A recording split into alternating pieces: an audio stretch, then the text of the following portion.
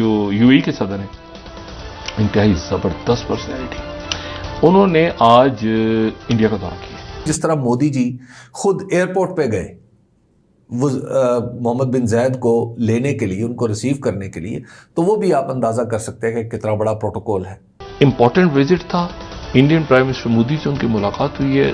Prime minister Modi खुद उनका इस्तकबाल करने गए हैं, ये एक बड़ी सिग्निफिकेंट चीज़ है। लेकिन जो दुनिया की डिप्लोमेसी है उसमें इनका बड़ा कलीदी किरदार है। रॉयल कार्व्ड वुडन झूला, ये जिसके ऊपर मोदी साहब बैठे हुए हैं, ये देख रहे हैं, ये उनको गिफ्ट किया गया है। नाजरीन, ये अचानक यूएई के प्रेसिडेंट इंडिया के दौरे पर क्यों पहुंच चुके हैं? अगर इंडिया के साथ यूएई जाके मतलब ट्रेड इन्वेस्टमेंट के साथ साथ डिफेंस इंडस्ट्री में भी कोऑपरेशन करने जा रहा है, तो इसका मतलब क्या उसका एक रीजनल जो सिचुएशन डेवलप हो रही है, जो कि मशरिक वस्ता में और पूरे रीजन में है, उससे कोई ताल्लुक है?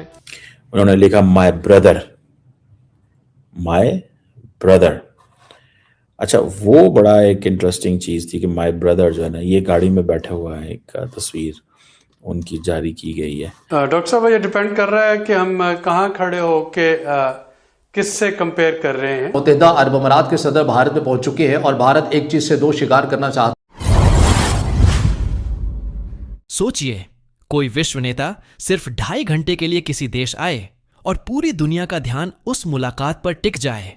यही हुआ जब संयुक्त अरब अमीरात के राष्ट्रपति शेख मोहम्मद बिन जायद अल नाहयान अचानक भारत पहुंचे।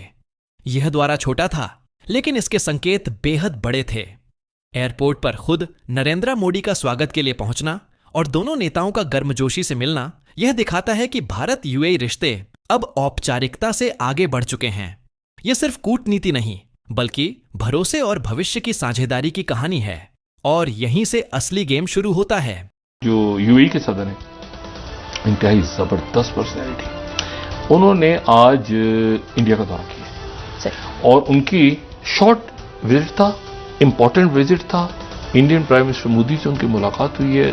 1.5-2 घंटे शायद टोटल दौरा था, लेकिन इंपॉर्टेंट दौरा था। उस इंपॉर्टेंट दौरे के ऊपर हम कल बात करेंगे, क्यों इंपॉर्टेंट था, क्या उसका एक रीजनल जो सिचुएशन डेवलप हो रही है, जो कि मशरिक वस्ता में और पूरे रीजन में है, उससे कोई ताल्लुक है? ठीक है, क्योंकि पाकिस्तान ने एक पोजीशन ली है, लेकिन जाहिर है कि कोई दूसरी पोजीशंस भी हैं। क्या वो कोई और कोई मामला हो रहे हैं? दोस्तों, यूएई के प्रेसिडेंट जो हैं वो भारत पहुंचे हैं और प्राइम मिनिस्टर मोदी खुद उनका इस्तकबाल करने गए हैं। ये एक बड़ी सिग्निफिकेंट चीज़ है कि अब अगर आप ये चीज़ देखें कि खुद उनका इस्तकबाल करना, उसकी वजह शायद ये भी है कि उनको पता है कि पाकिस्तान की लीडरशिप भी इनका खुद इस्तकबाल करने जाती है। वहाँ पाकिस्तान की लीडरशिप भी खुद इस्तकबाल करने जाती है। और सुनने में ये भी आया जनाब कि बड़ा रॉयल कार्व्ड वुडन झूला, ये जिसके ऊपर मोदी साहब बैठे हुए हैं, ये देख रहे हैं, ये उनको गिफ्ट किया गया है। रॉयल कार्व्ड वुडन झूला जो है, ये उनको गिफ्ट किया गया है। और ये स्पेसिफिकली ये जिसके ऊपर वो बैठे भी हुए हैं, और लग ये रहा है कि मोदी साहब ये चाहते हैं कि जो, और ख़ास तौर पे जो फिर तस्वीरें वगैरह जो हैं जो जारी की गई हैं, वो भी एक जैसे कहेंगे ना, ऐसे लगता है कि बहुत हाई लेवल की फ्रेंडशिप ये वो। अच्छा, मैं देख रहा था कि जब प्राइम मिनिस्टर मोदी, जैसे हमारे वज़ीर-ए-आज़म साहब इस्तकबाल करने के मोहम्मद बिन जायद साहब MBZ साहब का, तो क्या उसे बोलते हैं, उन्होंने लिखा माय ब्रदर। अच्छा, वो बड़ा एक इंटरेस्टिंग चीज़ थी कि माय ब्रदर जो है ना, ये गाड़ी में बैठा हुआ है, एक तस्वीर उनकी जारी की गई है। मोदी साहब, आपको पता है, फिर जो है ना, वो पूरी कहानी तो पूरी एक बनाते हैं ना, और ये उनको पसंद भी है इस तरह की चीज़ें करना। बहरहाल, तो आज जब मोदी साहब ने अपनी की है, जो उनको वेलकम किया है। क्या आप देख रहे हैं मेरे साथ, आपको फोटो में जो है वो यूएई के प्रेसिडेंट दिखाई दे रहे हैं, मोहम्मद बिन जायद, और उनके साथ हैं जी प्राइम मिनिस्टर ऑफ भारत यानी कि नरेंद्र मोदी जी, और दोनों की मुलाकात हुई है और कहा यह जा रहा है कि जी 2 घंटे के लिए यूएई के जो प्रेसिडेंट है उन्होंने भारत का विजिट किया, और बात सारी कहाँ गई है, बात सारी ये की गई है कि जी गजा पीस टॉक जो है उसके बारे में बात करने के लिए उन्होंने जो है वो भारत का विजिट किया है। उसकी के साथ साथ ये भी कहा जा रहा है कि भारत और पाकिस्तान दोनों के ही लीडर्स को यानी कि प्राइम मिनिस्टर्स को डोनाल्ड ट्रंप जो कि अमेरिकन प्रेसिडेंट हैं, आजकल बहुत न्यूज में रहते हैं, उन्होंने जी दोनों कंट्रीज के प्राइम मिनिस्टर्स को बुलाया है इस गजा पीस टॉक का हिस्सा बनने के लिए। ये बात भी बार बार की जा रही है और देखते हैं कि दोनों लीडर्स वहां पर डेफिनेटली जाएंगे। पाकिस्तान की तरफ से तो हाँ कर दी गई है, भारत की तरफ से क्या बात की जाती है वो भी बहुत जल्द सामने आ जाएगा।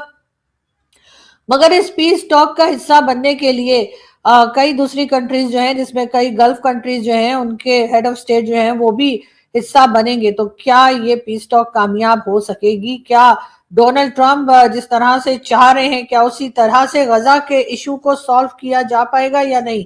पाकिस्तान की ज्यादा हम बात करें तो वैसे डोनाल्ड ट्रंप तो आजकल पाकिस्तान की वाह करते नहीं थकते, और हर सूरत में वो पाकिस्तान की लीडरशिप की, पाकिस्तान की मिलिट्री एस्टैब्लिशमेंट की तारीफ करते दिखाई देते हैं। लेकिन खैर ये कोई नई बात नहीं है। पाकिस्तान बनने से लेकर आज तक अमेरिका ने हमेशा ही पाकिस्तान की मिलिट्री एस्टैब्लिशमेंट को ना सिर्फ ये कि उसको वाह किया है बल्कि हर तरह से सपोर्ट भी किया है।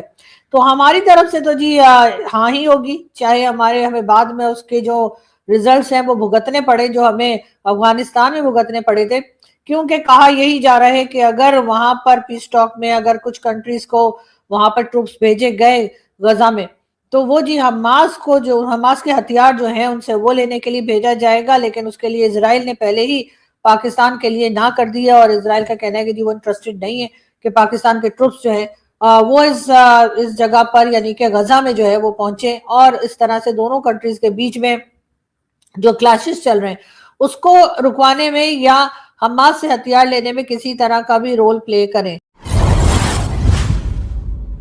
2.5 घंटे की इस मुलाकात को अगर सिर्फ एक शिष्टाचार भेंट समझा जाए तो यह सबसे बड़ी भूल होगी, क्योंकि इसके पीछे रणनीति, समय और संकेत तीनों छिपे थे। इंडिया और यूनाइटेड अरब एमिरेट्स के रिश्ते पहले ऊर्जा और प्रवासी श्रमिकों तक सीमित माने जाते थे, लेकिन बीते कुछ वर्षों में यह समीकरण पूरी तरह बदल चुका है। आज बात निवेश, रक्षा सहयोग, फिनटेक, स्टार्टअप्स, खाद्य सुरक्षा और इंडो पैसिफिक स्थिरता तक पहुंच चुकी है। प्रधानमंत्री मोदी और शेख मोहम्मद बिन जायद की व्यक्तिगत केमिस्ट्री ने इस रिश्ते को ट्रांजैक्शनल से ट्रस्ट बेस्ड पार्टनरशिप में बदल दिया है।